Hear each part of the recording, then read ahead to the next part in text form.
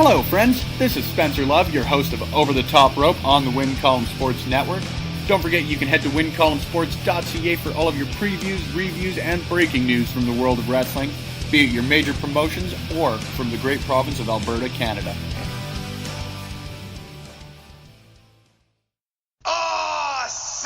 This is your main man RJ from the Ringside Rant, heard only on the Visionaries Wrestling Network. So go over and subscribe across all your major platforms, iTunes, Google Play, SoundCloud, and Stitcher to hear every great interview I have every Monday on the Visionaries Wrestling Network. Go over and follow the show's page on Twitter @_Ringside Rant. Follow the network's page @BizWrestleNet. And, as always, embrace the vision.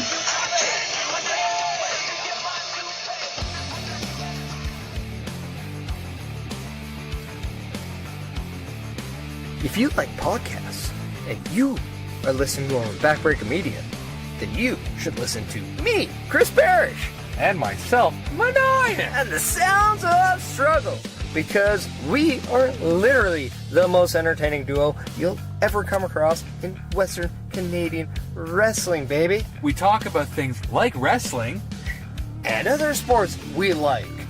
Wrestling. But we won't talk about other sports that we don't like, because it's not that kind of podcast. Like wrestling. I mean, we like hockey. And wrestling. And we like football. And wrestling. And we also like to drink beer. While wrestling. Well, not while wrestling, but while watching wrestling. Yes. Yeah. If you want to get into a conversation with Maniac and Chris Parrish, then you need to tune into the Sounds of Struggle live on Backbreaker Media. Every Thursday. That's when we hope to drop, but sometimes Mike Malawany doesn't do his job right. Or we're too drunk to forget. Yeah, that happens too. Yeah. He can bleep out the swear word, because we weren't supposed to do that. Oh, but I'll try not to swear. I can't do it. Yeah. Let's face it, the two of us, we're real. And spectacular. And we're a little bit of all right. Yeah. Well, so Strugglicious. That we are. That was kind of a cute. Supposed to be a Strugglicious. Oh, sorry, I'm drunk. Yeah. So, if you don't want to listen to us, then no, you're stupid, because we're entertaining. And if you want to listen to us, then come listen to us on Backbreaker Media. Yeah. Later, he said. Later, bitches.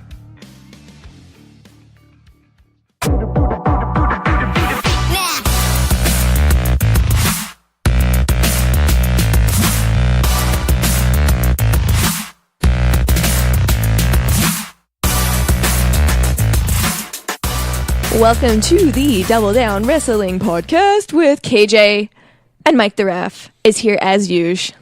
Well, I'm here this week. I don't know about next week, but we'll see what happens. But you know what? I'm going to get this right this time, because every time I do this, I screw this up. Oh. This is episode 8. Oh, wow. Already? I'm always off by one number somewhere. Episode 8 so of the Double Down. We got a hell of a week here. We got lots to cover. To cover. Super Showdown's coming up this weekend. Yes, we must. I forgot. God. And at the end of the show, we're actually debuting a brand new segment. So this is going to be... It's inspired by when we had Spencer's girlfriend Megan join us a few weeks ago, and she made fun of me after the show, saying that you should have a countdown of KJ's bad bitches. Fair enough. I Yeah. guess we'll spoil So that'll it now. be well. That could be it. We'll wait till the end because we have to go through why the bad bitch of the week. And this is a positive thing, by the way, not to be confused with bad botch of the week. As Mike said, "Are you sure you didn't spell check bitch with botch?" I'm like, "Yes, I'm sure. We're not talking about that. We're keeping positive." No, that would be a Brie botch of the week, but that's a different story altogether. Pull the Brie. All right. Before we get to that, let's talk about your weekend here. Your twin capable. Yeah. You had another hell of a match again this weekend. I haven't watched it back yet, so I honestly can't say if my twin performed well or not. Well, I got a chance. You were there, though. Yeah, I got a chance to go down there and call the match with Bulldog McBain, Envy versus Angelica. And you know what? If it wasn't for that crazy video that came up on the screen, did you produce that? I don't even know what video you're talking about. There are videos up on social media about some kind of stalker around here. Well, it's definitely me. I hit my problems head on. Well, I know I got physical proof that it isn't me, because the fact they had a gym in one of those videos, and I never go near those places. You know that. Within like 100 feet of the gym. Something to that effect. But it was a hell of a match, and once again, the Angelica Envy feud grows and continues. Carry on. As it's been announced, I guess we'll get to it at the end of the show. You got a big match with Envy's got a big match with Angelica here coming up in a couple weeks, but we'll get to that at the end of the show. Yeah, I heard the twin had some mad rope burn going on after that match. Oh. God, yeah, she had some bad rope burn, I saw. But speaking of burn, we had a lot of burning going up on Raw this week. Segue! I'm a king of a segues. How about you lead us through this show? You know, we got to have the queen as the pilot here once in a while. Here, I actually watched Raw live this week. I'm proud of myself. No PVR. We both did. Yeah. I think it was about maybe 15 minutes off at one point, but I kind of skipped to when Ruby had Ruby and Ronda's match. So I guess we can start with that. Yeah, because that happened first. Yeah. I would like to hear your thoughts first. Well, frankly, we talked last week about how Ruby Riott is pretty much the MVP on Raw right now. Indeed. And this match is another very, very clear indicator of that. The fact that this match here, while Rousey did get over with getting her armbar in for the victory, Riott looked like she was legitimately going to pick apart Ronda Rousey and take her out of her element, because the way she approached this match, she actually turned it into a dirty match. She started going into the truly badass tactics, every illegal move you can. It was Wrestling 101. The match made me think of when I first started training, and they say, okay, as a heel, why don't you just pick a body part? It's super basic, but so well thought out. And that's exactly what I thought of when she started. Was it her legs she started picking up? Yeah, it was. Sorry. Which, when it comes to Rousey, that might not be, in terms of her offense, the smartest move to go to. But like her arm, would be smarter. But regardless, when somebody's not training for legs or to focus their offense with their legs, then working the arm working the legs might be beneficial. Here, it basically just turned into a mistake by Riott with her going for that Riott kick and having it turned into that spinning judo throw / Samoan drop, whatever you want to call it. Into her armbar, yeah. And then they just turned it straight into an armbar. That, if it wasn't for that one little mistake, she might have got the victory there, and would have been the first loss for Ronda Rousey ever. I was really surprised, though, because basically up until the finish, Ronda actually had no offense.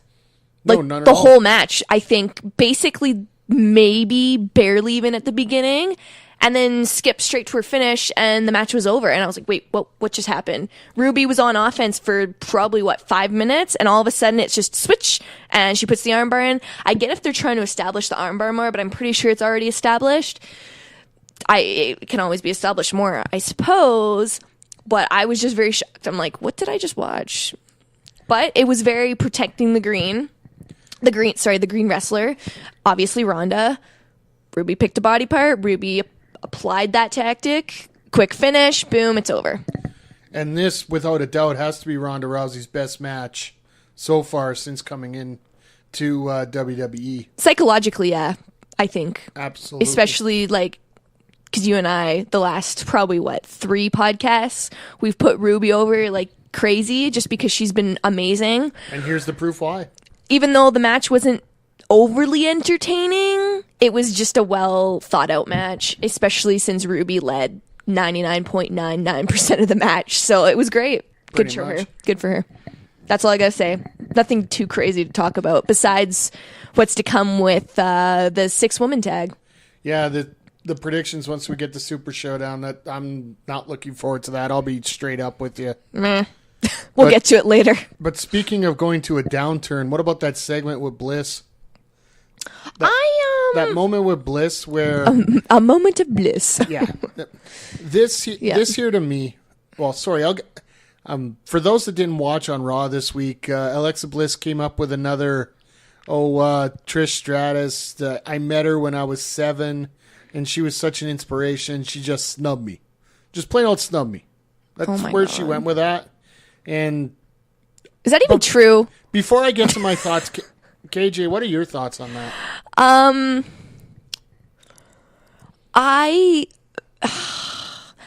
Okay, so as everybody knows, like I love.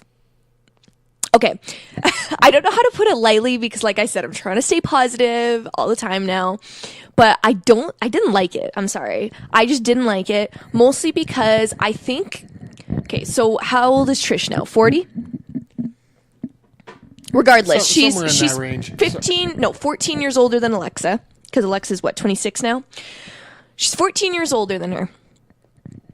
I can probably Google fact check this later. Let's just hypothetically say we're gonna take a struggle moment and we'll just go with it. Yes, I'm pretty sure Trish is like 40, but it doesn't matter. She's just a little bit significantly older. There's an age gap.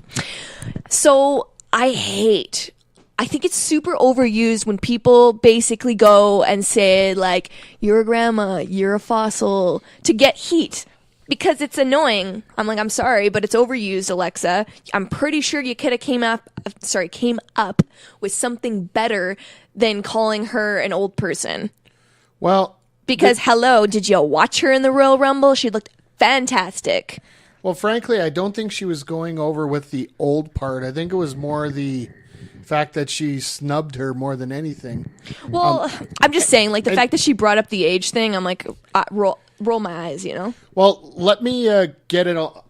I'm not a fan of internet trolls. So the most common troll is talking about this age thing that when she was 7, I believe that Trish would have been somewhere around 18, 19 in that range. That's the thing I laughed at. And it was before her debut in 99 that this happened. Folks, if you didn't realize, Trish was actually an exercise model and a body model before she got to WWE. You know, people do meet other people outside of WWE. Let's just put that one to bed right now. She never said she met her at a WWE show. She met her when she was 7, period. Ugh, it drives me nuts. I just fact-checked. Trisha's 41. I was off by 1 year. My apologies. Yeah, hey, she's my age. It's not bad. Boom. Looks a hell of a lot better than I do at her age. The only thing I didn't like about this whole thing is they just used it with Nia Jax. Like this whole segment, trying to go with the whining, complaining Bliss thing. I get it. You got to figure out some way to get this to Evolution with an injured wrestler. But at the same time, get your thinking caps out and come up with something different. I'm not even saying new, just different. Well, that's the thing. Like, I get why they did the Moment of Bliss thing again, but I'm sorry. Like, they could have given Alexa a better promo, is what I'm saying. Like, that's the only part. I'm like, you could do better than that, Alexa. I don't know if they wrote it for her, which I'm 85% sure they probably did. She could have came up with something better on her own. Come on. Absolutely. It's Alexa Bliss we're talking about.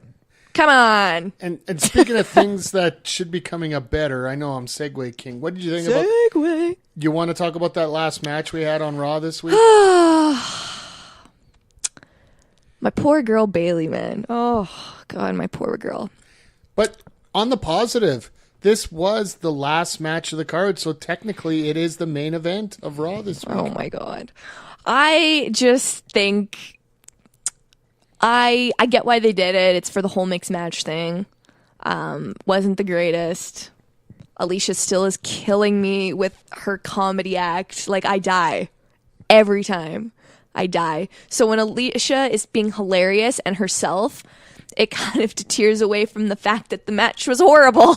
So it's kind of a win-lose situation. And I mean, poor Bayley couldn't even drag her to a good match. But I mean, Alicia was still entertaining. So there's a positive out of that. Well, when you got Alicia Fox out there, you know what you're getting. That's the biggest thing. Oh, yeah, you'll know what's happening before. But yeah, you know that's coming in.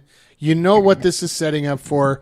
By the way, I want to give an absolute crap on Michael Cole for the Mixed Match Challenge right now, based on our comments from last week.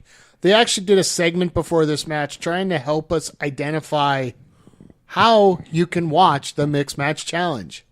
Yes, in Canada, we do have that icon on our phones, on our tablets. Look, there's an icon. The Facebook Watch icon is there, but live video, live streaming is not available in Canada yet. So, to Michael Cole on that. This match here, like you said, it's serviceable. It's an advertisement. It wasn't meant to go long. It was meant to calm the crowd down a little bit before they got to that main event. So the only thing I'm disappointed about is that it was I don't even know what the runtime was, but it was barely 5 minutes. It was boom, boom. Oh, a pin. Okay, it's over.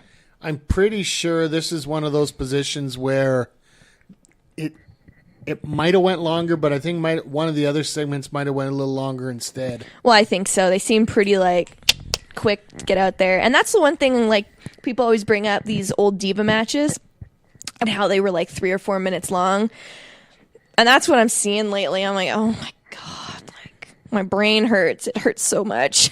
Well, when you get these wrestlers and they have the opportunity to go, they can really shine. That's why it frustrates me, because I know that if they were to Alicia is not stereotypically known as a fantastic wrestler, but Bayley is. Bayley's known as a wrestler. If you gave him 10 minutes, I swear to God, those two could have came up with something fantastic. Did you just come up with a segue here? Into SmackDown? Yeah. Woo! Before we get to that, your overall thoughts on Raw setting up for its Super Showdown? I don't think there was anything too surprising or... Honestly, it was super straightforward, nothing too surprising.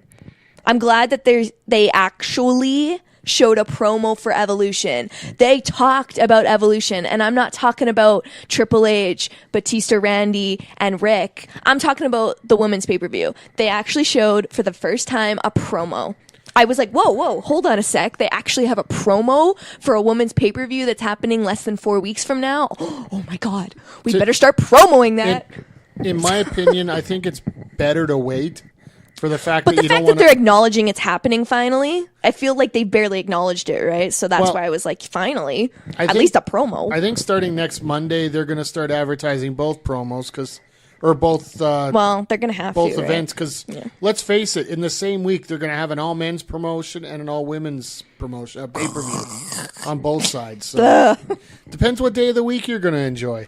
But you didn't expect a whole lot, but no, you didn't get a whole lot. But SmackDown, and you want to talk about somebody getting time and actually showing what they can do. Do you want to talk about that first matchup right off the bat? First, or do you want me to? SmackDown? Yeah, the first match on SmackDown this week. The tag match? The mixed tag match. Oh, the mixed. Oh, for God's sakes! You go first. My God, Zelina Vega, Carmella, with Andrade and R-Truth there. This is what happens when you give talent time. Honestly, Carmella in this matchup earned about 60 extra points of respect out of me. Oh, yeah. And that's exactly what you just said about when you give them a time and a platform, essentially. Well, here they must have had, 20, 25 minutes? I'm going to say, because did they open? No, they didn't even open SmackDown. They opened and had 2 segments. Oh, no. Paige was in the ring first talking about the AJ and Samoa Samoa and Joe. AJ, Samoa Joe and AJ opened, and then they came out right after. So they had about 25, I think. Yeah, they were at but let's just hypothetically say 20-some minutes. The match was good. It was entertaining as hell. The girls looked fantastic. like, everybody knows Zelina's pretty freaking talented in the ring, and I think Carmella is super underrated, but when they let her actually wrestle, the girl can prove that she can actually wrestle. Like this, Case in point. I'll be the first one to admit, when it comes to Carmella, I didn't think she could wrestle as well as she proved in this matchup. I didn't think she had it in her. But that transition at the end, my goodness, the roll-up, the victory roll transferred right into the cone of silence and the tap-out. Yeah, it was very good, very good. It was so smooth and effortless it looked like. That's the thing that got me. It wasn't the fact that it was built up. It looked blocky. It did not. It looked like One it fluid absolutely movement. was perfect. Yep. You texted me right after that, and you were like, did you see that? Oh my God, she just gained so many points in my books just from that one move alone, blah, blah, blah, blah, blah. I was like, whoa, Mike. Oh, Carmella gained another fan. Well, seriously, like, she was there with her talk before, and now she's starting to work on her walk a lot more. Oh, there. That's a good point. There. Boom. Yeah, there you go. Boom. That's all. Yeah, I mean, Zelina looks great. I would just really like to see her in a singles match. I don't want them to break up her and Andrade, though. I love them together. But I want to see her in a singles match with somebody that's... Not that Carmella's not a bad wrestler, because she's good. She's good. But I want to see her against, like, a wrestler, in a straight-up one-on-one match. I just want to see what she can do. I think after this week and after Super Showdown, I think there's going to be a little bit more of a... Segue with her? Emphasis with her. Like singles-wise? Yes. Or pushing her into the women's division? Well, think of it this way. Yeah. You got Evolution coming up in 3 weeks. And you're going to have emphasis both on the men's division and the women's division, because you got Crown Jewel and Evolution in the same week. There's going to be a lot of females getting a lot more pushing than what they have previously, because they got to fill an all-women's card. Well, I don't think she's going to have a significant part. I don't really know what they're going to do. Honestly, I have no idea what they're doing for Evolution. And but, for those that saw that fake card that came up, they've already changed 3 things from it. So, what are the 3 things? Well, the one I saw for sure right off the bat is the NXT Championship. That was supposed to be a winner of a battle royal taking on Kairi Sane. And it's Shayna and Kairi. But now it's right? Shayna there as well. Okay, and then I was looking at it was supposed to be the NXT UK Championship was supposed to be decided there, I do believe. And it was already decided in a TV taping, so that's not... Was it? I thought it was just defended. I'm not sure, and I'll have to go back to double check because I don't have my notes in Yeah, I front of can't me for remember that, now either, but yeah, I was curious. I know when you that brought that up. note is completely hoaxed up right now, so... I think it might have just been like... I don't know how legit it was. It seems pretty accurate at the moment, but at the same time, it came out after they announced Trish and... not Trish and Alexa. That one was already announced. The Mickey and Lita one. Yeah. So, I mean, no offense, but who the hell saw Mickey versus Lita? Yeah. Absolutely no one. So I highly doubt, I don't know, but... I just think that card's absolute horse hockey just to generate a little bit of I buzz. hope it is. I hope it is. That's all I gotta say. I mean, because otherwise I'm going to be really disappointed. Still watch it, but I'll be super disappointed in the whole thing. So, which one do you want to tackle next here? Do you want to take a little trip, or do you want to talk about the singles match leading up to Super Showdown? Well, you know what? we had the Iconics today. Yeah, that's what I meant. That's what I was talking about. I thought you were skipping right to Becky. The match leading up. Sorry. Let's talk about the Iconics and Naomi and Asuka. Yeah, that was actually it was a singles match between Asuka and Peyton Royce in this show, and all I have to say is that Billy and Peyton are pure gold, and their whole iconic. What are they calling it? Iconicking. Yep. Or something that's now? What they call it. Oh my God. I made sure I posted that everywhere when I saw that because I could not stop laughing. I almost had tears. It was so funny. I'm going to tell you right now, and this is where we're going to get our cheap plug out. Jack Pride. We want to thank the Two Baked Hams for giving us a shout on their podcast this week. Yeah, that was so sweet of them. They're my boys. Honestly, the Iconics pose, that picture, they need to superimpose their heads on that one for next week's show. I really think it's too bad that I wasn't on the show. Or wait, so I have been on their podcast before, but I wish that I could have been in there with them as that. That would have been so funny. They might actually have you on again, right?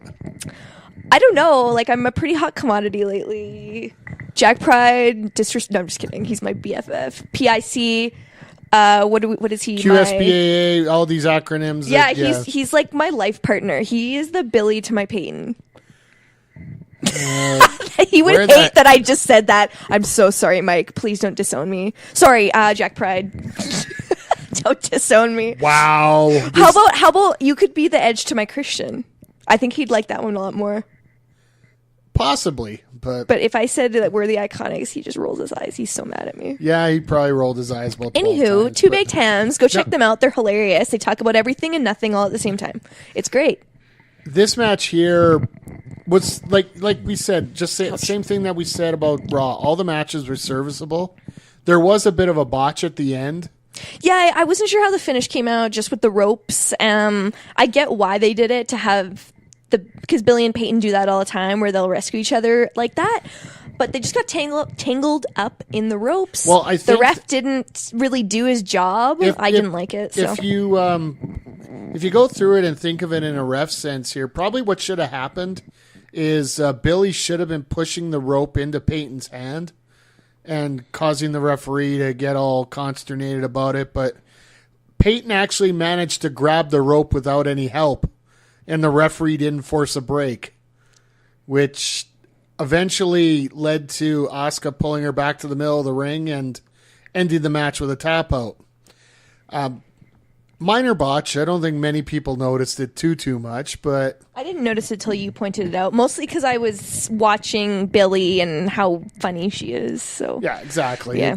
Little things like that you can get distracted by rather easily when it comes to people that have really good talent in their emoting, I believe is the way to put it.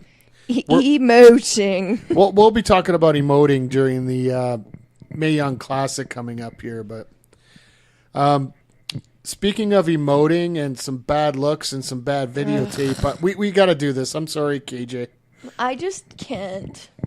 Yeah, well, unfortunately, we're going to have to take a little trip to Milwaukee here. I was going to say, you can talk. I'll take a bathroom break. No, I'm just kidding.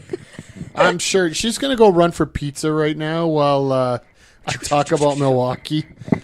That one night in Milwaukee. Milwaukee. Oh, God. Parlez-vous français. Oh, my good Lord. You know what? All I have to say is that I roll my eyes every time something like this. And I get that they're kind of leading our mind astray to think it's one thing. And it's probably going to be something completely ridiculous, like you said earlier when we were speaking. I don't really like anything that involves in cheating on spouses, whether it be total kayfabe or not. I hate it. It just irks me. And I get that they're, like I said, they're moving in a direction that's misleading and blah, blah, blah, blah, blah, blah, blah, blah, blah. I could give two hoo-has about the whole thing. There's a couple things I want to say about this. Uh-oh. First of all, I agree with you 100%. Namely for the fact that anytime they've done this kind of segment on wrestling in WWE, if you go back into history and look at couples that were involved in this, not too long later, these couples tend to not to be at this point. So whether it's kayfabe or not, stuff like this seems to creep up and cause other issues outside of the ring, which is not, frankly, anybody's business, but it just seems to be a straight up fact that stuff like this happens. Yeah, I don't like it. 2, yeah, it was so cheesy and obvious what's going on here. It was annoying. He cuts the video off exactly after the words, "I want you." As far as John. And we know what's going to happen the rest of it. I want you to get away from Rusev or to end this with Rusev because you're holding him down or something to that effect. That's what's going to happen here. And trying to break up their friendship. And 3, it makes Rusev look really dumb. dumb. Dumb. Dumb. Yep. Like, I understand he's a brute, and he's the Bulgarian brute, but Yeah. he's not a meathead. I just don't like that they pulled the trigger on this, and then they had the mixed match challenge right after that. And I know they were like playing it up like, oh, what about Milwaukee? But they seemed fine. They seemed fine. And I'm like, oh my God. If he was thinking that his wife is cheating on him with his former best friend, why in the hell are they doing this mixed match challenge and they're not angry at each other? They tried to do segments to justify that he's compartmentalizing this. But on the whole way down to the ring, he's saying Lana is number one. And I'm like, for God's sakes, your wife just quote unquote cheated on you. A professional takes away all the other outside distractions and focuses on the match. But we'll get to that. Professional. This is professional wrestling we're talking about here. Exactly. There's no professionals. Oh, jeez. Okay. You know what? I think we've talked about that segment I can't. a little bit I longer just can't than deal with it. Carry on. Let's talk about a segment that we really did enjoy. Oh, Queen Becky. Queen Becky. Queen Becky. She is the queen. I'm putting it out here right now. I think I was the first one to tweet out and Instagram comment about it. That poster needs to be on every wall in every house in North America / the world. Simply put, WWE shop, if you don't have that poster up, you're missing out. I thought Becky's whole promo was fantastic. I won't lie, I was a little worried because she came out. Okay, so when we watch it here in Alberta, SmackDown starts at 6 and ends at 8. She walked out at 7:51 and started her promo. Charlotte ran out at 7:58. Yep. And I was like, oh my God, what's happening? Because once 7:58 hit, I was like, oh, what's happening? Like, they have less than 2 minutes, and Charlotte still got her brawl out. And I liked that she threw Becky tried to throw her through the poster. I thought it was great, but the whole thing was fantastic. Yeah, and you can't set up that match any better than what they're doing right now. Yeah. Especially the fact that there's no stipulation added to this matchup. Yeah. The one thing I have to say, though, Becky's promo is fantastic. Fantastically worded. It didn't seem fake. Once again, it didn't seem forced. It seemed logical. She told the truth. And she put over her match. And she put over her even more additional anger to is why she's mad at Charlotte and why she can't stand her anymore. Now, do you think that, like, from what everybody said, BG James is the guy that's actually working with the women right now and basically has come up with this direction on this whole storyline here? Do you think he's actually setting up these promos for them word for word, or just giving them bullet points and letting them go? I'll be honest. I think... I think I brought this up last week that Becky was on Lillian Garcia's podcast. Yep. Last week. And she kind of talked about that. I personally think that it's very obvious to me when promos are being written for somebody and when they themselves have come up with these promos. Becky, I will probably say, Becky and Alexa are probably the two best women promo givers in the WWE right now. I would say they're in probably the top 5, probably top 3, the two of them. You can tell when they've written their own promos and when they've been handed a script. The very first promo Becky did after she won the title, you could tell that half of that thing, maybe more than half, was given to her. Ever since then, you can tell that this is like, I don't know if it's directly her or she's just had more input in her promos, but this is more logical and it's not forced by the script writing. It seems like they've kind of given her a little bit of a ball and saying, here, you can run with it. Here's our parameters. And she's probably more deserving of that than pretty much anybody on that roster right now. Yeah. For the fact that she has that logical talk to her, not just a typical trash talker, a cookie cutter promo kind person. She's speaking from the heart. Well, and that's the thing, like speaking from the heart with a different tone. And even though she's won the title, she still has a massive chip on her shoulder. And the crowd, I'll be honest, the crowd was probably my favorite part of that whole segment because of how behind Becky they were. And they were eating up every single word she said. I think it was pretty much 80-20 for Becky at this point, if not more. I would say it was probably 95% because the second that Charlotte got a tiny bit of advantage, boos rained through that arena. People were into Becky's promo.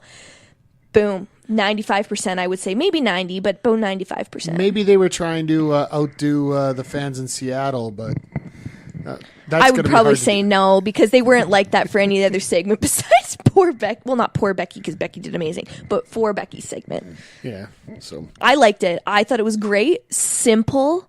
And let me just put it out here. Becky's had the main event slot, 3 weeks in a row? I think so, yep. Maybe longer. I can't remember because my brain hurts, but she had 9 minutes on SmackDown this week. She had 9 minutes to get over a match, and that match is probably the most hyped up match for Super Showdown this weekend. How long did they give the Shield and those boys on Raw? They gave them, an hour and a half of a 3-hour show, basically? Something in that range. I'm sorry, but give somebody quality time and a quality, I don't want to say quality script because I really don't think that they scripted Becky's promo quality this week. Points. But quality entertainment and a quality point to make.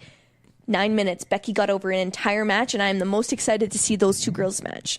And I'm not just being biased because it's women's wrestling and I love the two of them, but overall, I'm most hyped for that match.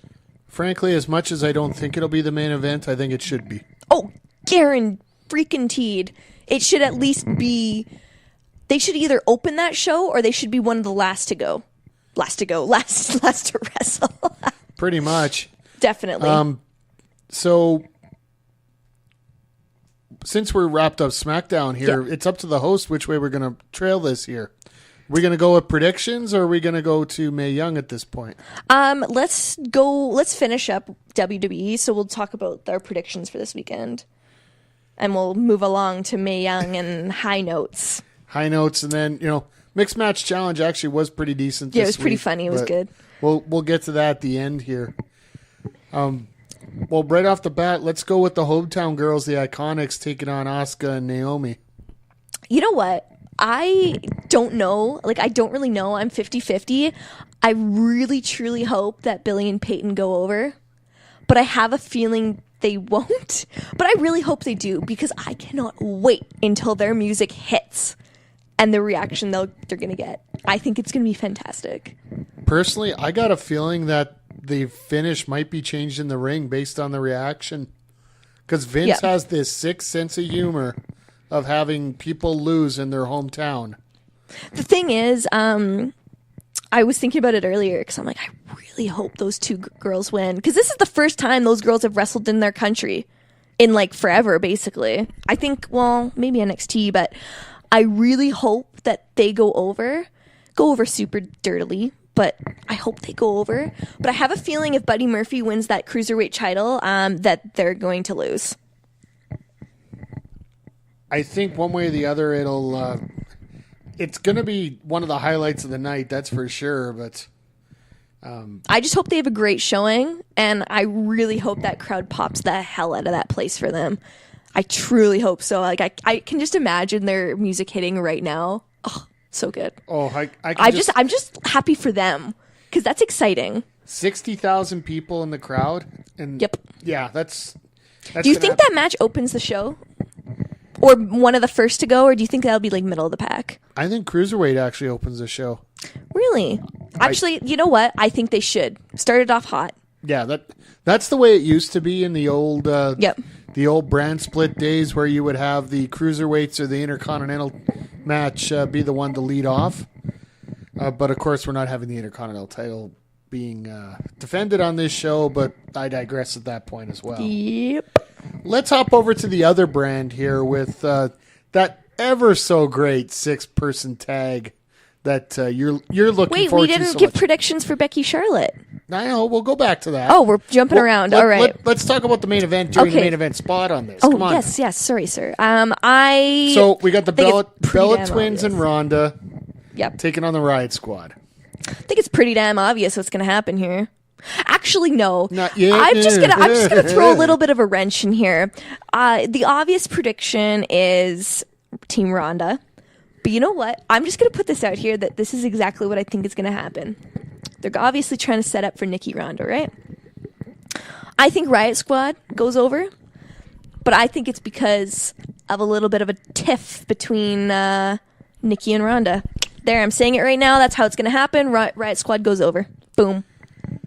I agree to a point. I don't think they're going to let Ronda's first loss be in a 6-person tag like this. I think it's going to be Ronda tapping out somebody it would be her somebody first from the loss. Riott Squad. I just hope it isn't Brie taking out Liv again. For God's sakes. But with that being said, I do believe that they're going to win, and then there's going to be Nikki snapping on Ronda there. I'll be totally on it. Yeah, I forgot that this would kind of be her first loss. Yeah, that changes things. Whoops. But, however, I truly believe, especially after how good the Riott Squad's been, since they've started this whole thing with Ronda, and even before then, they've been really good lately. They deserve this win on this stage and this spotlight. They completely deserve it. Gallant, but like you said, it's probably not going to happen. I think that win's going to come at Evolution. So if they stick with that card, if they stay with that card, that means my girls lose. I don't want my girls to lose. well, your girls will. Well, My real girls, not the Riott Squad girls. My real girls. the ones that aren't booked on this card for some stupid reason. Yeah, instead they're at New York Comic Con. Well, that also couldn't be that bad either. But Yeah, but it's so far away. And they're not wrestling. They're wrestlers. I want to watch them wrestle. fair enough. Actually, I think those girls might actually end up with some titles that you've been dreaming and begging about. So, Well, I sure damn hope so. Because those poor girls, man, like, I just want to watch them wrestle. I'm talking about the Riott Squad, not your girls. Hey. The Riott Squads are a close second, all right? Actually, no, that's a lie. They're third because the Iconics are second. Fair enough. Love those girls. But let's. Yeah, I unfortunately, yeah. Now that I hear what you just said about Ronda, she's probably going to go over. Unfortunately. But But let's go to that main event. Let's call it the main event because it that's is what the main it event. should be. It should be. It should at least be like a co-main event of the show. They need to go on either last or second last. Charlotte Flair, Becky Yep. Lynch, women's title for Yep. SmackDown. Who wins and why? I'm still sticking. Okay, so I actually had this prediction for Hell in a Cell, but Becky surprisingly went over. I really hope that this is a screwy finish. Double DQ, double count out. So they still have their Evolution match. And they sure as hell, I'm saying it right now, I'll be so mad if those two girls do not main event Evolution. They are the epitome of the women's evolution. English. Like I said, French is my first language. I'm getting heated. Somebody's getting fired up. God, I'm going to start hulking out. Those two girls are the epitome of what the women's evolution is. And if they do not main event that pay-per-view, it's a slap in the face to the entire process over the last few years. I'm just saying. I think that's a rant we can get on to once we start getting a little clearer I'm picture just of what's going to saying, happen. screwy finish, no winner. I think it's going to be Becky in a dirty win. She's gonna do something dirty to win this. Maybe bring something in and knock Charlotte out. To which that match that you're asking to main event Evolution. No DQ. I'm looking at Last Woman Standing. That's the one I predicted before, right? I said Last Woman Standing, but then I feel like it's going to be a no DQ. But I feel like Last Woman Standing would be such a proper match for the two of them. Well, I got a feeling that they're gonna have to end this feud at Evolution because you're coming up to Survivor Series. I was going to say, yeah, there's not going to be a match there for that. Yeah, so it's going to be champion versus champion, and then all the other girls have to get into a fight with each other. I was reading a thing today about Survivor Series and how they're going away from the not traditional, what they did the last 2 years, I believe, Raw versus SmackDown. Do you think that, okay, let's just hypothetically say Becky and Charlotte still have this thing going. Do you think they would do a Team Charlotte versus Team Becky? Oh, hell yeah. I would like to see it. And the fact that you could pull anybody in from other rosters. I was going to say, please, NXT included. Okay, so like let's just because we're on this because it got me so hype. Who would you think Charlotte would pick from any roster? Let's just say no Mae Young. Let's just go NXT Raw. And right SmackDown. now, I don't know who they could pick because I don't know the exact direction that either wrestler's going in. It depends on whether they want to go heel or face for either one of these two. I would say because they're both pretty much kind of floppy right now. I would say that it doesn't really matter. I don't think either of them would pick like a clear-cut heel, though. The biggest problem is you'd have to have 8 faces in the match then. Well, you could have like some tweeners, but I think like let's just use for example if Charlotte were to pick, I guarantee that she'd pick Naomi. I guarantee she'd pick Asuka. Go to Raw, I would say that she'd probably try and pick Sasha Bailey, but I'll be honest, with the promos they cut the other week where they're like, oh, we're Team Becky, I think they'll be Team Becky. So it's just like stuff like that where I'm like, I think the dynamic would be so unpredictable. Make it happen. I think we can wait till next week to give our thoughts on some. Now I'm just getting way too excited. Let's actually wait till after Evolution. Let things play out a little bit here. We don't want. I just want it all. I want it all. Okay. We don't want to get too carried away too quickly. I'm a greedy fan. All right. I just want everything. Now here's the more important question: are you going to get up at 3 a.m. to watch Super Showdown? I thought it was 5 a.m. It's 5 Eastern. Ooh. No. I will. Mostly because. No. As much as I love the girls, I will probably steal Mike the Ref's network password and probably watch it after. We don't want to talk about any illegal things. Oh, what's not legal? You handed me your password. Yeah, but that's trafficking. What if I come here and I watch it PVR'd on your TV? We got it. Okay, yeah, I'll drive over. All right. No, I will probably avoid social media, and then I'll probably just watch it PVR'd after. Yeah, I think most people in North America are going to be doing that. Yeah, it's like no offense, but it's not even no offense. What am I talking about? This weekend is Canadian Thanksgiving, y'all. I need to be wide awake and ready to go so I can drink and eat food. And if I'm getting up at 3 a.m. to watch wrestling and then I got to go to my grandmother's, I won't make it. Hey, us here in Edmonton, we got very important stuff going on all weekend there. We got Super Showdown at 3 a.m. That'll probably go till about 9. The Oilers season opener starts at 11. Boo. And then MPW Vindication is that night at 7 o'clock. I mean, no boo because you're on that show. Yeah, thank you. I'll just keep booing because the Oilers. Boo. Y'all, can you tell I'm French Canadian? Boo. No, it's Les Boo. But I like that. I'm going to use that from now on. Yeah. We all have a democratic right to be wrong, and KJ's just proving how wrong she is, so that's okay. Hostile. Do you want to go with mixed match, or do you want to go to Mae Young? Let's go to mixed match because I want to end with Mae Young. All right. Yeah. I got a feeling she's going to have a lot to talk about during Mae Young. Oh, most definitely. That's why I want to go last. So we actually got caught up because yes, we are caught up now. We managed to wait until after 7 o'clock p.m. You don't say that. You make it sound super old. Well, we had to wait until that long to see it. Thanks to WWE. I have a child and I need to go to bed early, so we watch it early. Well, we watched it after.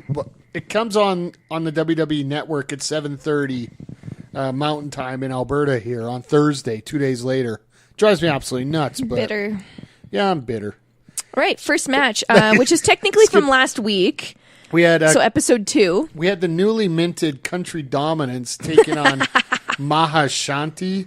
No, it's Mahalisha. Mahalisha. Mahashanti. What are you watching? Shanti. That's what they try to, Mahalisha. I thought this match was pretty entertaining. I said earlier about Alicia, like she's just so funny, and I really like the dynamic with her and Jinder. I think they play off each other really well, which I would have, when I first saw this team, I'm like, what the? But then I saw their first promo together and I'm like, okay, this is going to be really good. I like it. The only thing I hope is that maybe keep Alicia with their group, especially when the twins are like back together and it's the 4 of them trying to mess around. I think that'd be hilarious. Yeah, Samir Singh ends up actually being one of the downfalls in the match. One of the funniest points in the match. Yes. too. Oh, so good. Bailey gets cracked by Alicia. Wait, we're talking about what are you talking about? We're talking about Mickey. Oh, Mickey. Sorry, What I got your the wrong stupid week head here. of My week. bad. Get out of here. Sorry, we got the push-up contest. My bad.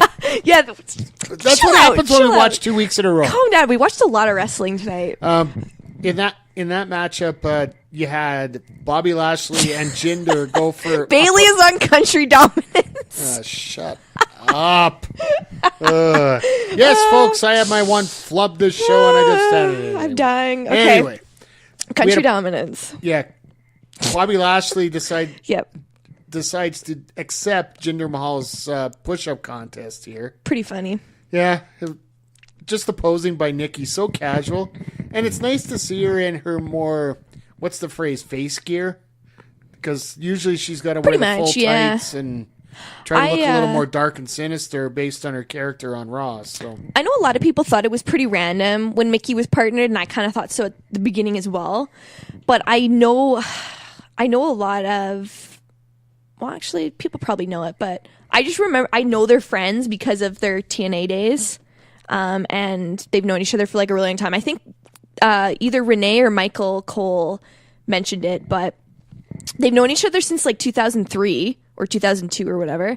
So I'm like, wow, they've got some like history, and I think it showed because they legit looked like friends. So I was like, yeah, I like this. I don't mind it. And the finish of the match was pretty entertaining. Except we are pretty torn on that using the stalling suplex as a finisher. yeah, It's a little weird. I don't know if I like it. Me neither. I don't like it either. But I like the one fan that came up before the show to because they had to pick the name prior to this matchup, and they called him Vintage Impact, I believe. Was it? No, it wasn't Vintage. Veteran Impact? Veteran Impact, that's what it was. And we both were like, wait, rewind. Did he just say that? Impact Wrestling. And they actually let it on TV. That's actually the I don't fun think part. they caught it, is what I have to say. I don't think they really like put two and two together. That doesn't surprise me. But Well, you know. maybe Vince was watching the whole thing and he didn't get it, so maybe that'd be it. Yeah, right. Vince watches the Mix Max Challenge. So He should, though. It's funny. yeah, Country Dominance going to 1-0 now, and Yep. Mahalisha going to 0-1. They're in a little bit of trouble here, but we'll talk about that in a little bit here. The second half was the team of Asuka with the Miz and Asuka taking on the Fabulous Truth in Carmella and R-Truth in the battle of the YouTube shows.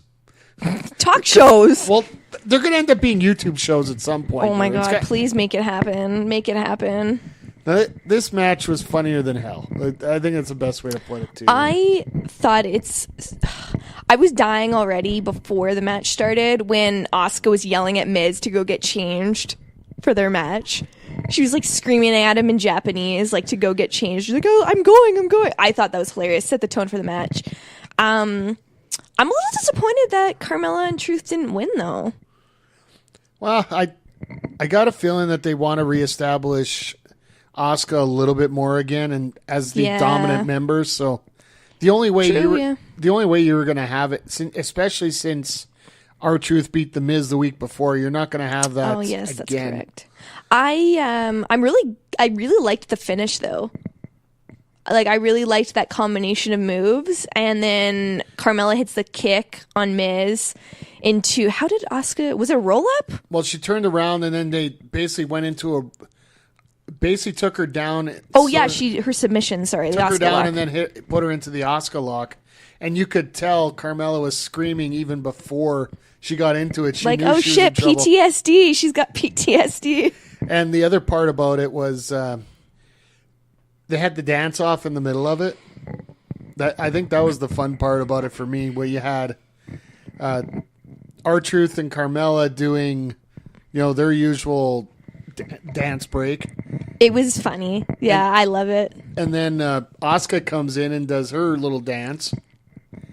And then the Miz claims that he can moonwalk. Oh, that was the best. That was fantastic. Folks, you got to see the clip of that. That is the John Glenn moonwalk. Literal moonwalking. I love it. It was a good match though. Probably better than probably better than the other match, the country one. And Yeah. it was probably better. I liked it. Like I said, I'm just a little sad that Carmella and Truth didn't win. I would have liked to see them win, but The sad part was these guys fought maybe 2.5 hours earlier, 2 hours earlier at the beginning at of the the show. beginning of SmackDown, yeah. So yeah, you knew there was going to be chemistry there regardless, just for the mere fact that they just faced each other. So, Truth. Haha, truth. No pun intended there. Skip to this week. Yeah. So episode 3 we just watched as well. And I'm going to get this right this time. Yep, here you go. BNB against Mahalisha. Fuck. Fail. Get out. Fail. Get out. No. Get out. I'm leaving. Get out. B&B Bed and Breakfast versus Mahalisha. This was good. It was entertaining. That's all I gotta say. Oh, I can speak on this? Okay. Yeah, that's all I gotta say. Oh, and yeah, that's it. That's all I gotta Watching say. Samir Yeah. try and pick up Bailey is just classic there. Do you want a Bollywood dance? She's like, I don't know how. I don't know how to. I'm sure he would show her. Oh, I would love to see that. If Sasha tried to do it, Bailey would try to. So do it. Oh, guaranteed. That and the ending was just like you said. This wasn't anything spectacular throughout this. It wasn't. No. Mainly because you got 3 of the 4 people in this matchup. Really, I don't want to say don't have characters, but their characters aren't that outgoing to be in a kind of match like we saw the last 2 in. Yeah. Well, like the humor spots you see with Bailey and Balor are more cutesy and feel good and like we're friends. yeah, pretty much. Whereas like Alicia's screaming at Bailey, and twisting her ponytail, and, yeah. and having hissy fits with Samir Singh on the outside. Those two are what's making it for me. They're so funny. Those two are like a married couple that just cannot get along. It's almost like a brother and sister dynamic and then Jinder is like the older brother, like the oldest brother. Or like that disapproving father that wants to keep the kids separated. Yeah, that's even better too. Like, just break apart for God's sakes. Or a general manager, but that's this. Never mind. I liked the finish though. I liked it. Yeah. Yeah, your typical distraction spot out of the ring. Yep. Alicia gets caught up on the action on the outside, gets caught in a Bailey to belly, and 1, 2, 3. Every time I watch Alicia take the Bailey to belly, I think she could do a way better job. It always looks terrible. I'm like, girl, what are you doing? You're flexible as hell. With all due respect, I think it's just the difference in size. Alicia's pretty tall. Bailey's pretty tall. She's like what, 5'8"? Yeah, but to get 5'7"? Yeah, but to get her up into that, to get any height on it, Man, you Charlotte really gotta Flair keep is it like 5'11" and she can take that move fine. Nah.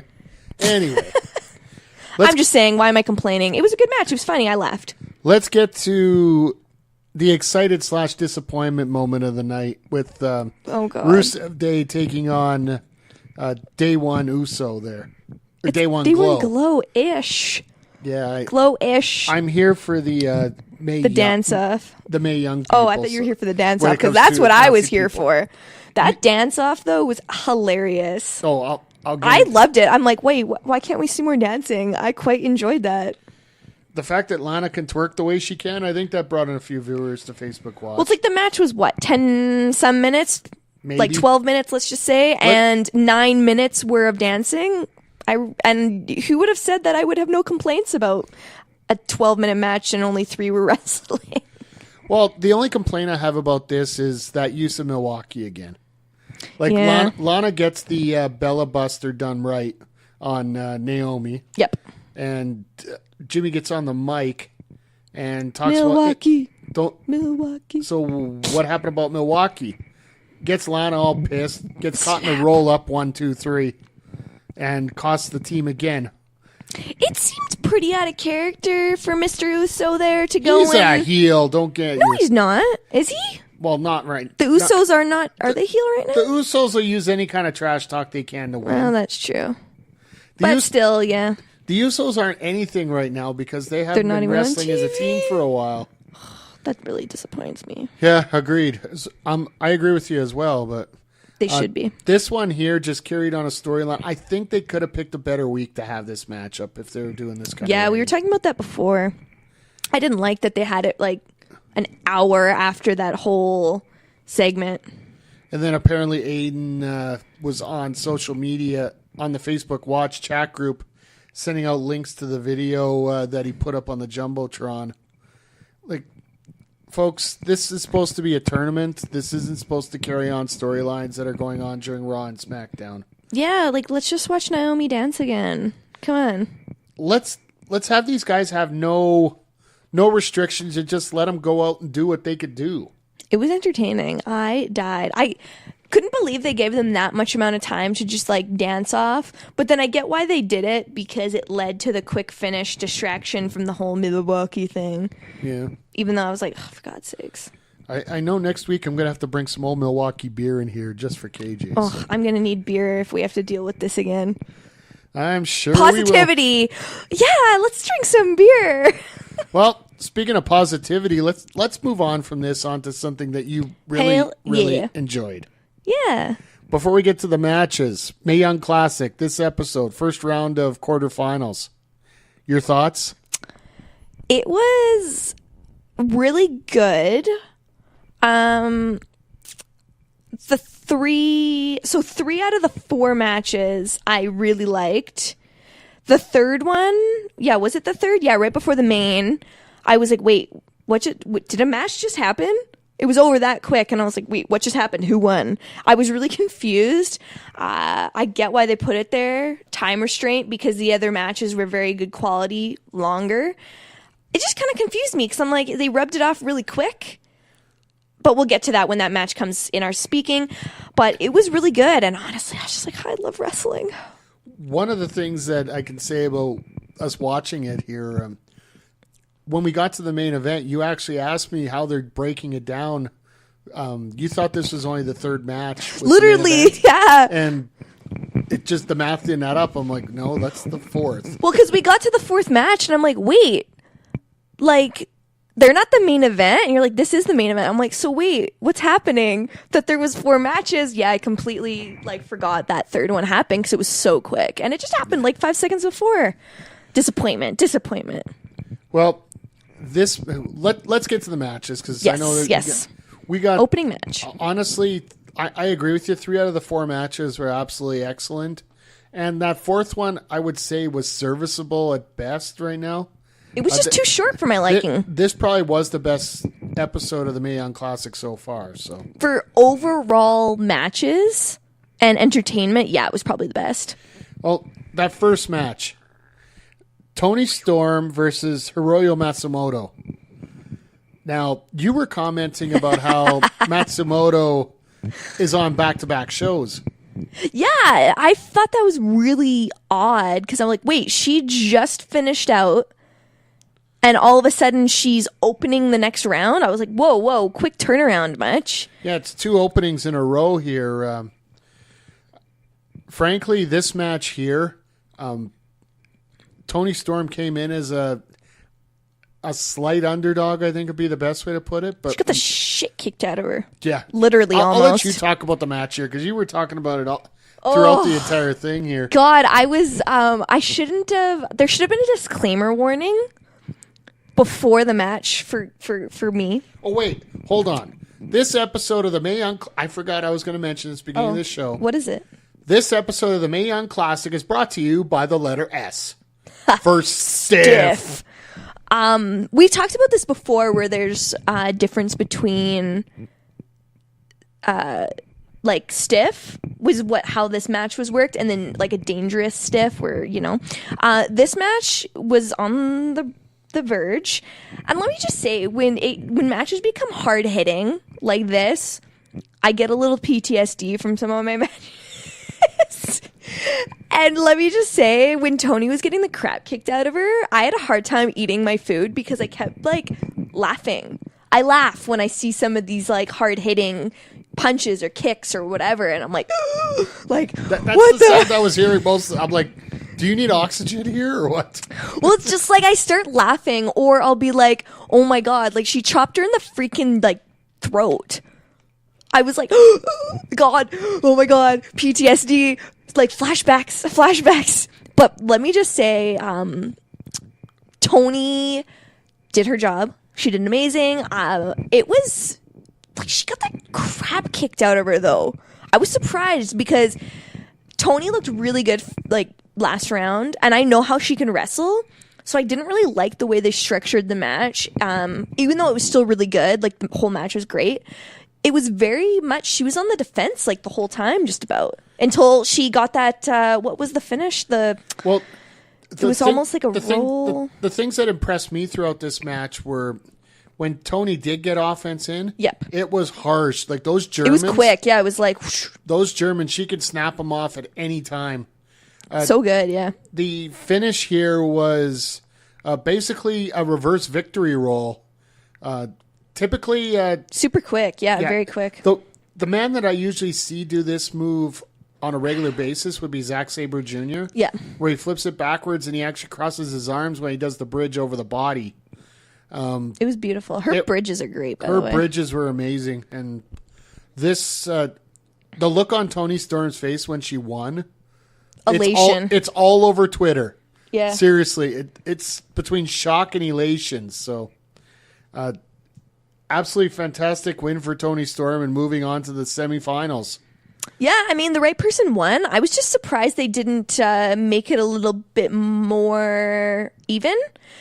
But besides that, I still thought it was great for like a kind of uneven wrestled match. I thought it was great still. It told a good story, is what I'm saying. And Tony went through, boom. There we go. The right person won. Absolutely. But speaking of things going through properly, you were overjoyed that finally one of these matches went through right. Yes. Casey Catanzaro versus Rhea Ripley. I've mentioned numerous times that I hate David versus Goliath matches. I hate them with a burning passion. Like, I just can't watch them. I can't stomach them. I just find them boring. And they're all the same. This match was not one of them. I loved this match. This is how you wrestle a size disadvantaged match. It was fantastic.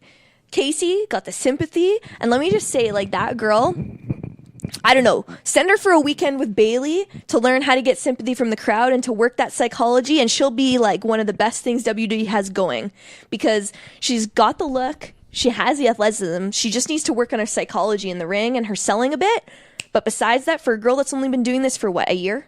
Maybe. Yeah, she's pretty damn good. Rhea freaking Ripley, though. Holy shit. Like, that girl is so good. And her selling for a big girl, holy moly, she has probably the best selling for any, like, I guess, quote unquote, big girl in the business. She sold her ass off for Casey. Give that girl her respect right there. Well, the two times it's sold that legitimately popped you. Yes. The first one was the double around the world DDT by Catanzaro on Ripley. So bomb. And the fact that Ripley's eyes rolled into the back of her head when the camera focused on her. Yes. That was amazing. And then you had Catanzaro make a dive to the outside onto Ripley. Yep. Ripley pops up, throws out a right hand and falls flat on her face. It was so... I could not. It just stuff like that. I just am like... And the finish... Oh, holy the setup crap. The setup to the finish on top of that. Casey goes for the handstand Hurricane Rana, where she basically does a round out handstand, tries to grab the head and flips her over. Rhea grabs the legs, and the kick that she lets out, my God. All that leads up to the pump handle powerbomb that she calls the Riptide for the 1, 2, 3. It's just like, it literally, so I've taken those before. This was another moment where I'm like, oh my God, all the air left my chest. It looked so devastating. Just beautiful. That's all I got to say. 10 out of 10. Absolutely, and Well, okay, maybe not a 10 out of 10. I say a 9 out of 10. let's go 9. yeah. Let's go 9.5 because the handshake at the end. I Yeah, know that's what upset you a irked little me. bit. Her reaction after she shook her hand, but I'm like, girl, you shouldn't have shook her hand. You should have shoved her face. What's wrong with you, Riott? It's so out of character. Come on, girl. That's the only complaint I had for you today. Yeah. Pie facer, come on. You can do better than that. Let's just say it's a good thing when you have to nitpick details like that. Well, yeah, when you're starting to nitpick. That's the only complaint I had. Besides the obvious slip on the ropes Casey had, which they recovered beautifully. And they went back Yeah. to the spot, which I don't know whether that should have happened or not, but You know what? If she would have messed it up a second time, which she almost did, I probably would have said, girl, but she nailed it. Led to their finish. Boom, there you go. yeah. Riott covered it perfectly, though. Let me just point that out if you watch. Oh, as soon She as she did botched it, she her went on her and role. just beat the shit out Yeah, of her. she played her role, and that, like I've said before, I brought this up with Ruby, I think last week. Those kind of things are what separates the girls from the women. Absolutely. Boom! Congrats, Ray. You're a woman. Congratulations! Next match. Let's move along. Let's move along here. And then going back to our episode, I believe it was episode 1 of the Mae Young Classic, we have Jade Moon, also known as Lacey Lane, Who? taking on Tainara Conti. This was the match that I was like, blink and you miss, basically. Well, Tainara, she was on the offensive for the majority of this match, as quick as Yeah. it was. Some of the viciousness that she would do. You were talking about that one spot in the corner. God. So she had Lacey Lane bottomed out on the rope there, and she had her hands on the ropes trying to pull her back into the center of the ring. She wouldn't let go of the ropes. She goes over, kicks the ropes, still wouldn't let go, kicked the other, and we were both like, whoa! Like, because the snap they got, like, it looked like she freaking broke both of her hands with those kicks. Beautiful. Well, Beautiful. This goes back to where Conti was taking out the webbing of her opponent's That girl just hands likes, last like, week. breaking hands, hey? Like, I wonder if Holy Jesse's moly. hands have still recovered yet from that. The only thing I gotta say is I'm disappointed the match was so short. That's all I gotta say. Besides that, I'm sure they could have put on a good match. It was Well- just really short that I don't think they got to show anything they're capable of. What Besides are- those little things. What are they trying to put over? The fact that the crucifix bomb is an inescapable move? Like, that's the only Or that thing that I got out of this. Tanera likes to kick hands. Maybe. But then even then, she lost. I wish she would have won, though. That's the Yeah. one thing I'm like, I wish she would have gone to next Well, round. the fact that she's getting pushed a little bit in NXT right now, Good move, yeah. Why the hell know, not? you're going to see a lot more of Tainara and Lacey. Her Yeah. opponent which is the winner of this next matchup. I feel a little sorry for her at this point, but Well, you know. regardless of who she ends up facing here. So, Mercedes Martinez against Miko Satomura in our main event this week. Praise. Oh my goodness. It was, I believe S with a capital S, stiff. It was a slugfest. Like, legit, they beat the shit out of each other. Like, both of them out of, like, those chops. Holy moly. She literally, like, lit her chest on fire. Her chest was the same shade as her, like... Talking about Satomura Yes, here. sorry. When Mercedes chopped Satomura, her chest was the same color as her gear. That's how... Oh, my God. Like... That's all I gotta say. Yeah, watching somebody who does pro wrestling convulse as this match is going on more and more. Honestly, I do believe I need to get a Periscope or something up. Just watching KJ watch these matches. We have to. I feel like, that's an idea. There we go. That's what we're gonna do. That's our next content. We're gonna pump we're looking out there. at Patreon content here, folks. Yeah, that would I be. think I'm pretty like, oh God, but just stuff like that. Like, it reminded me of my twins match this last weekend. A certain human that's in this room right now was on commentary, and it's not me. I heard my twin. She said that she could hear Mike on commentary. Okay. Yeah, my twin said she could hear you on commentary Yeah. when Miss Angelica was lighting her up. Yeah, well, the cringing and the anger and the oh my goodness, Yeah, that's going to come out of me when I do commentary because I'm a little scared of chops, to be honest, because they seem to be a little more painful than what you would expect. Yeah. That's all I got to say. And But her chops, though. either one of these ladies could have won this match up here. Oh, for sure. Like, it was one of those matches where you're like, one of the matches that like sucks you in, that even somebody like myself, I don't notice certain things. One thing we're going to bring up later that you wrote down, but Go ahead. the fact that it was so like even, I was just like, at one moment I was like, oh, I don't even know who's going to win. Well, Like, it was no clear cut, like, oh God, or you wanted both women to win is what I'm saying. Like, it was one of those matches. one thing I will say is this is the first match of the entire tournament where somebody kicked out of a finisher.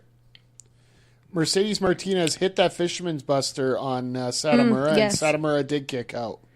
It was, let me just say, psychologically, I loved the game that was played in this match with both of them. It was so good. Oh, they're two vets. Like, they've both been wrestling for the same amount of time, they said. Maybe Satomura a little bit more than Martinez. I think Satomura's been in a little bit longer. But even then, like, only a few years, I think. But damn, like, just and the end so of this good. and the end of this match, the Michael Cole called it a scorpion kick. Basically, it was so good. It's a step up axe kick where Satomura got her left foot on the thigh of Martinez, lifted up, and basically kicked in an axe style on the back of Martinez, knocking her out. I just have to bring up her last match, Satomura's, and the fact that she hit that as her finisher that match too. But the fact that she decided she's going to use that same finisher, but she's going to make it different.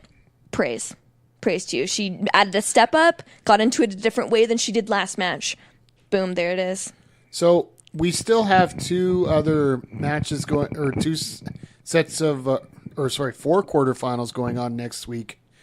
But after that, we got, I believe it's Rhea Ripley and Toni Storm. Oh God, I can't wait for that. And then that is a popcorn match right there. Like, I am going to pop the popcorn and be like right into that match.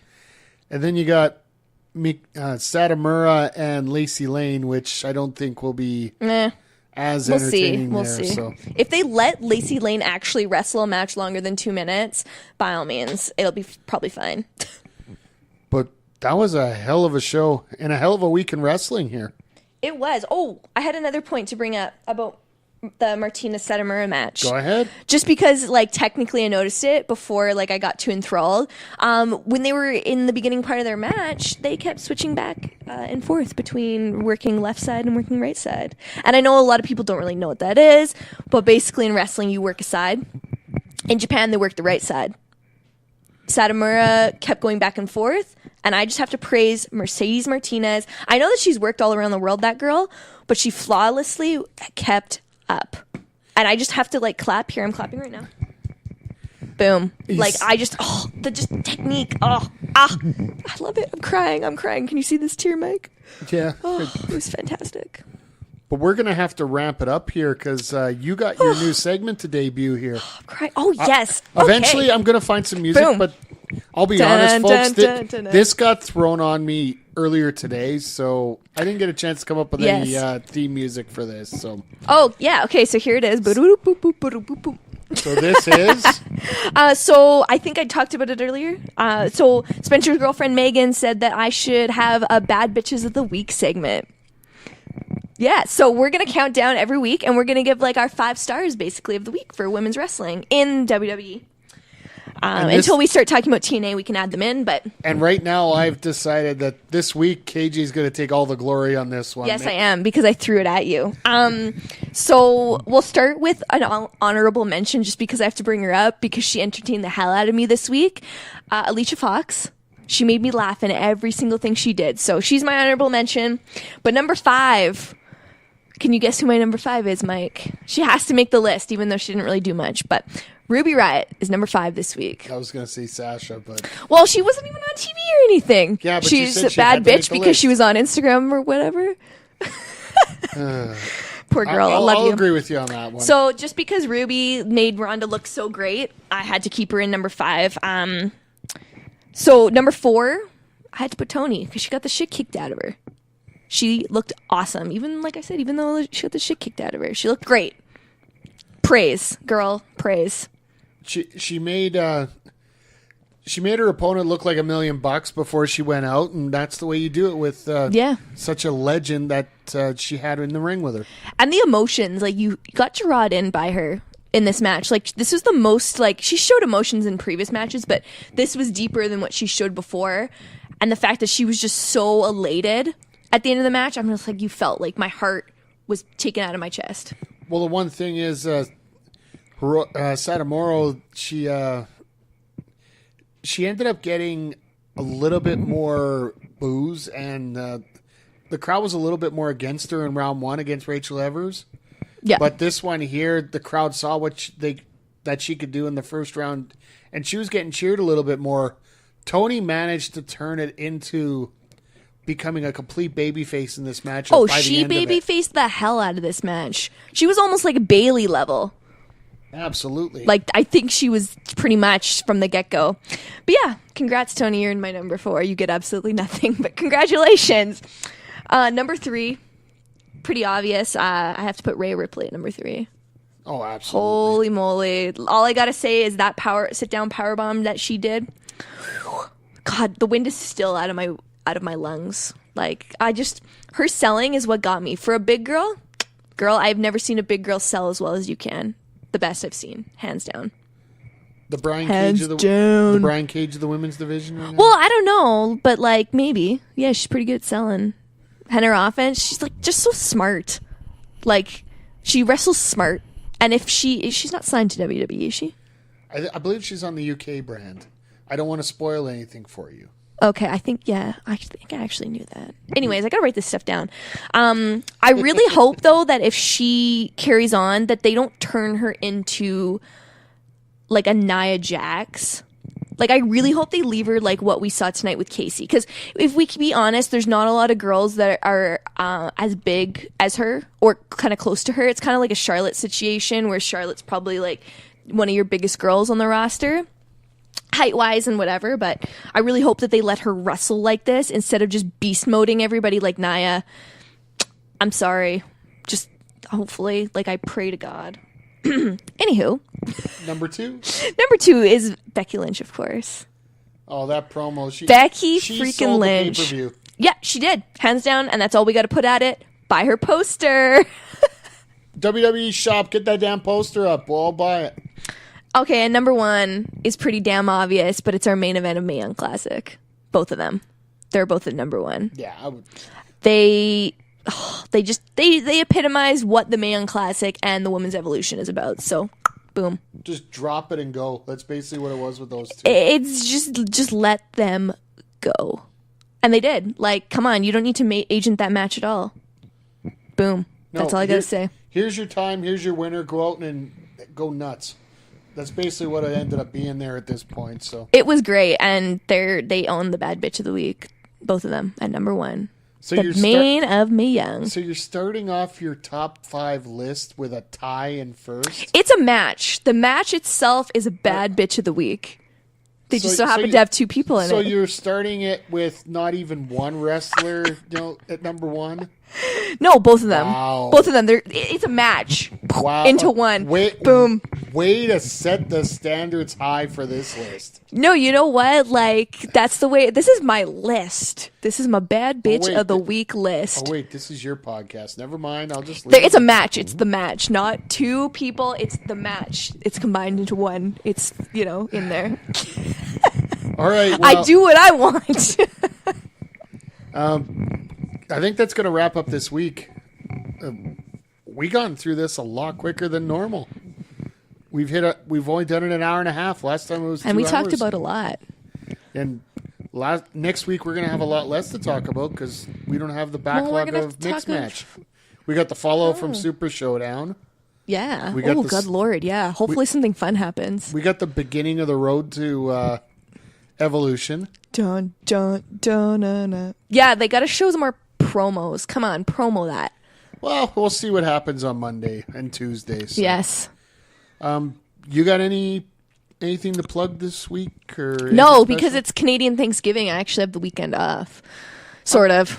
I'm glad you do. I don't. Well, I'll throw it out here, and this just came down the wire this morning. The MPW head office is taking a little bit more control over some of the decisions they've originally left me, but still got a little bit of say here what's going on here. But down at MPW Vindication this Saturday at the Alberta Avenue Hall, we got a nice lineup of shows coming, or nice lineup of matches coming up, and I got a little bit of a surprise for everybody. Yeah, just make sure you're down there. I don't want to give any details out because I don't feel like spoiling anything, but I'll tell you something. Everyone is going to remember MPW Vindication because it's time to vindicate myself, let alone the wrestlers here. well, put yourself over. Damn rights I'm going to put myself Good over for once. Lord. I just got to teach you a super kick. I don't know if I can flex that high, so. We'll start stretching. Like, I'm going to make you stretch every single time now. And it'll be like, eventually you'll be able to touch your toes.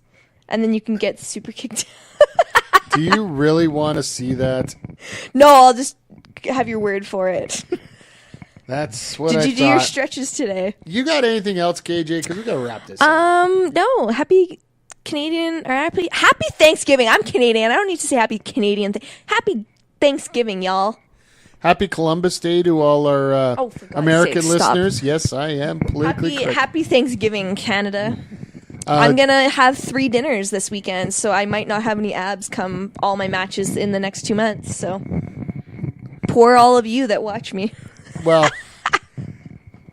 all I could say is, on that note, if you're going to have any false finishes, make sure you set it up with a double down. And this has been That was no. You fudged it up. Then you say it then. What? You don't put That's this pressure. what Don't I put this pressure thought. on me. You put the pressure on me. I'm not prepared. Who do you think I am? A professional wrestler? Folks, remember, if you're going to have any false finishes, make sure you set them up with a double down. Oh my God! You said it wrong again. Oh God! All right, go ahead. If you're gonna have a false finish, make sure you do it with a double down. Boom. And this is the Double Down Podcast on Backbreaker Media. Oh my God! Horrible. Are we playing your music now? Oh yes. I'm sorry. Play my music, please.